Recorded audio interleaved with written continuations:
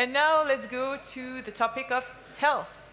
The coup de coeur of the topic health is the project Lancen Europe. Let's welcome Thomas Jones on stage. You go.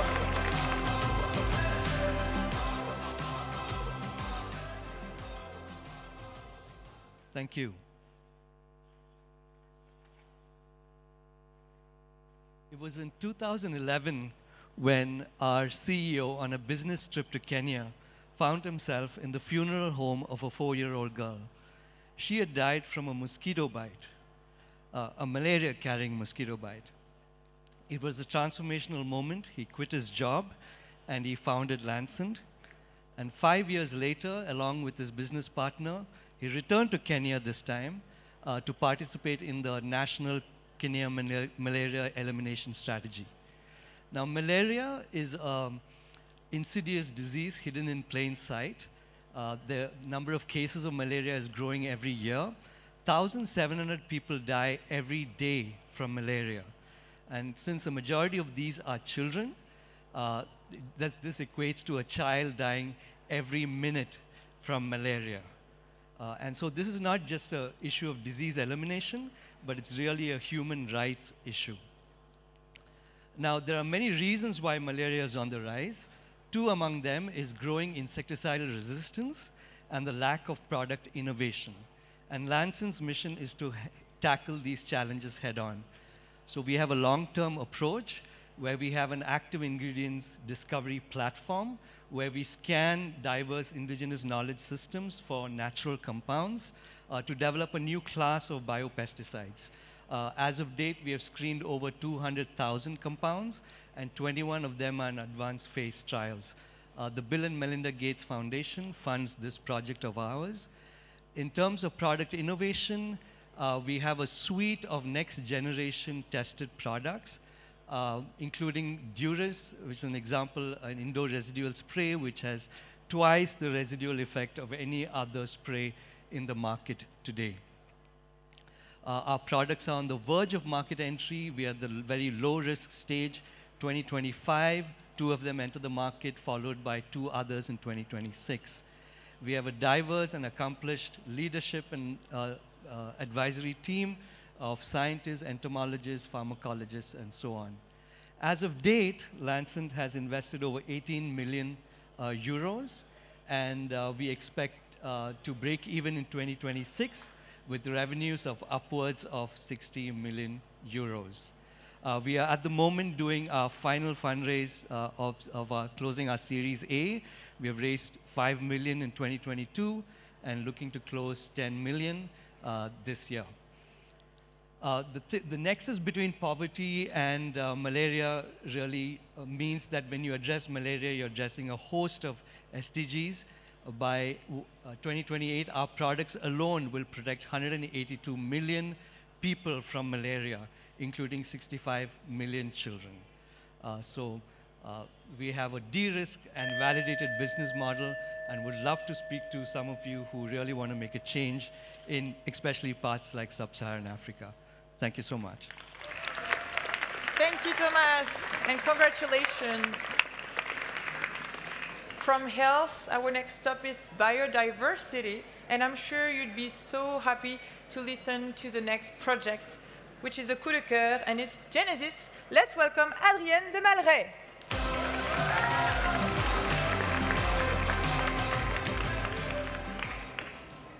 Hi, everyone.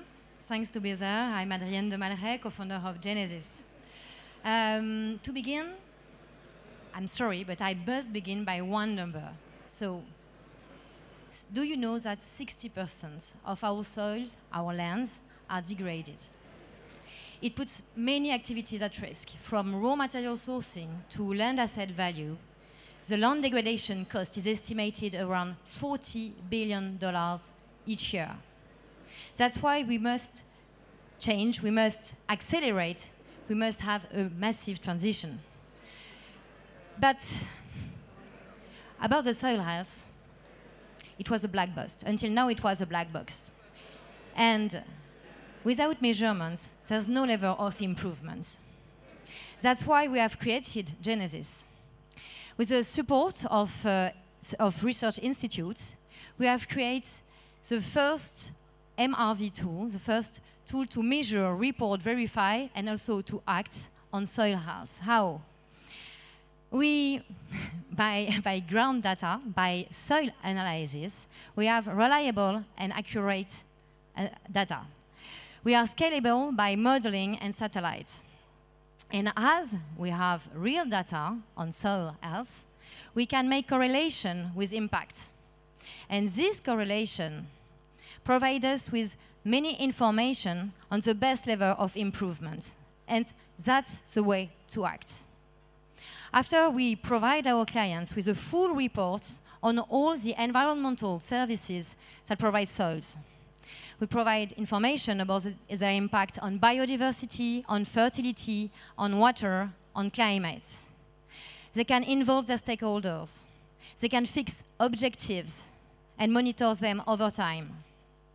And they can take informed decisions. And that's really important. Just before I conclude, some information. Today we have rated more than 100,000 hectares. We are working with textile, cosmetic, food, biofuel, but also bank and insurance companies in 9 countries. But our goal by 2029 is to rate more than 15 million hectares over the world. So if you have any question about land use, if you are a private or a public company, please come to see us. We can help you to manage your footprint and land. Thank you.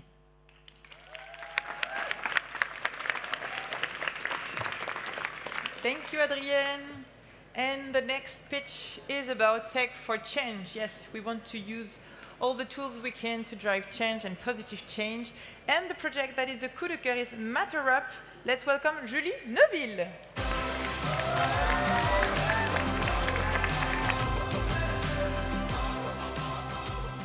Hello, I'm Julie, I'm a co-founder of Matter Up, and I'm really happy to speak to you today as a woman in tech, in deep tech, in industry, in construction, and even in a rural area.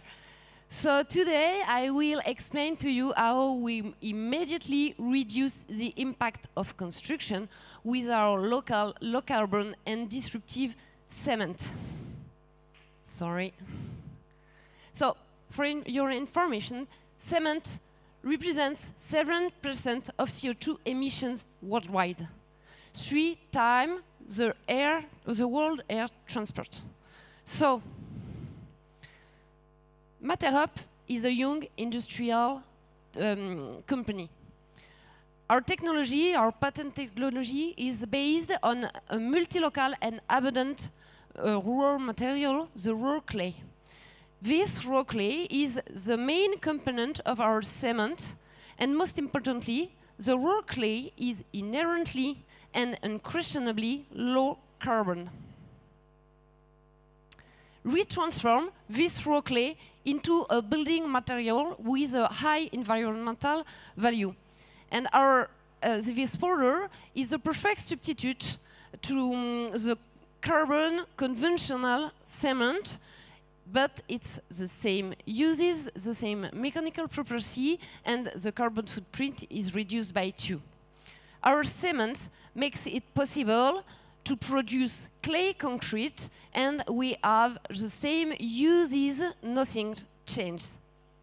So how we do that? The circular economy and the reuse are at every steps of the company, and our industrial process is very low energy and not intensive. We don't have gas, we don't have oil, we don't have oven. We only use electricity in our plants. You see the first plant is running in the southwest of France. Sorry. And our products meets about 80% of the needs of the market. So we have already dozens and dozens of projects you can see on these slides. So in conclusion, it's not a dream, it's possible. And we are opening 20 factories in France and in Europe, always in local circular economy loops. We have a goal that drives us every day. It's positive impact. And our ambition is to avoid 100 million tons of CO2 emission by 2030. Thanks for your attention. Congrats, Julie. And congrats to Women in Tech, too. Wonderful. Next topic is cities. Did you know that 70% of the global population is expected to live in cities by 2050? This means we really need to find solutions to be able to master this urbanization. To this topic, cities, the coup de coeur is the project Criteria, and I wish you to encourage Adita Lela for her pitch. You go! Hello. So Criteria was developed in order to achieve one goal, taking out of the equation the highly destructive practice of firing minerals in very high temperatures to achieve products with constructive strength. Firing minerals is insane, and achieving cement in this way is just not going to bring us where we need to go. So Criteria is developing precast building products without going beyond the boiling point of water. This allows us to reduce the fossil fuel reliance of this industry and reduce up to 80% of the CO2 emissions of this industry. We are developing products that have the strength of concrete, that are 6 times more thermal, and are saving 80% of the emissions and 90% of the energy. Our first product is on the market. It is a collection of wall tiles that are produced, already installed in over 130 installations, and our first industrial scale line is in the process.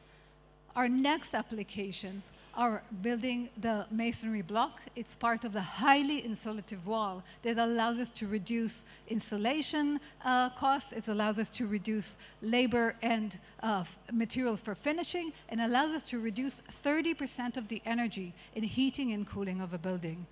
In a day of 30 degrees outside, the indoor temperature of a Criteria room will be 25 degrees. This will allow us to save half a ton of CO2 emissions for each 100 square meters. Criteria has created the BioGeo agglomerated stone. So we have the technology, a composite material made of a binder that has 0 cement, 0 artificial ingredients, and it is backed by an algorithm that allows us to adapt this technology to any geography globally, and also to various material sources, whether it's recycled sources from different industries. Upcycled sources can be up to 70% of the material intake. We solved the entire industrial line, and the heart of it is our unique mold that was already patented. Criteria is working in a model of licensing. As you saw, we developed the 2D technology, the 3D technology, and going forward, we want to collaborate with players to bring a variety of solutions to the building market based on this technology. We have a highly competent team to do this, a female-led company, and an R&D team that will bring us forward. We are now raising a round of 8 million euros, and we're hoping to collaborate with the leading thinkers to make a reality in which incinerating minerals is not part of the world we live in. Thank you. Thank you very much, and congratulations. Let's now talk about fashion. You know that the fashion industry really needs to improve its environmental impact, right? So that's why we're looking for solutions to scale and to impact positively this sector. The project that is the coup de coeur of the jury is Everday. Please welcome Ilan Parachi.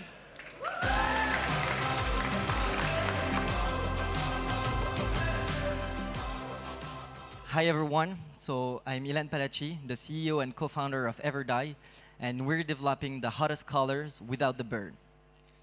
We basically know that the textile industry is very polluting. What we might not know that much is that it's putting the color that is the most impact during the manufacturing process. Dyeing processes account for half of the carbon emissions of the whole textile industry, and they account also for 20% of world water pollution. And this is because these processes are highly inefficient. Today, to dye a fabric, you need to immerse it in a bath of petrochemical-based colorant and heat everything for long hours, like 5, 6, 10 hours, at very high temperature, ranging from 60 degrees to 130 degrees. This energy comes from fossil fuels and will be the problem, because it's the energy usage that here is the problem that we need to tackle when we talk about improving the textile industry and dyeing processes. And that's good, because that's basically what we're trying to do. We're developing a new way to dye at room temperature in 1 hour. Because all of the new technologies that are still coming on the market still need to address 4 main topics. They need to become ecological, isoperformant, we want colors that stays for a long time. They need to be price competitive and scalable. And that's also what we're doing. Our technology that works at room temperature will use 15 times less energy than what's currently on the market. And so by using that much less energy, we're drastically cutting on the greenhouse gases emissions. We're also going 5 times faster, and we're not demanding any type of investment from dyeing mills. We're fully plug and play. We're just coming with our pigment that we can pour in the machine, and then right after, you can turn down the energy usage. And finally, everything that we're doing is of the highest quality in terms of light, washing, rubbing. Everything that we're doing is of the highest quality comparing to what petrochemical dye stuff are actually doing on the market right now. I've launched this company with Amira, a fantastic material chemistry researcher that specialized in textile and that has developed antivirus and antibacterial textile for the military alliance NATO. As for myself, I'm coming from a family in the textile industry. But we've been joined by a fantastic team coming from 9 countries and all over the world in research, textile, process engineering, and also in operation and finance. Up to date, we've raised around 3.6 million euros, and by the end of the year, we will launch our Series A that will allow us not only to validate that the technology works, but to finally commercialize it and industrialize everything. So if you're interested in joining the movement, you have my email, drop us a line, and I'd be happy to talk. Thanks a lot. Thank you very much. And the next topic is accelerate the ecosystem. We know that at ChangeNOW we want to change the world now.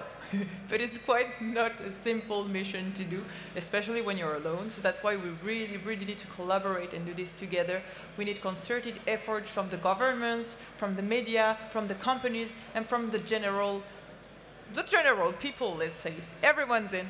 So we really need to accelerate this all together. And the coup de coeur from the thematics is EcoMeds. Please welcome Caitlin Egan.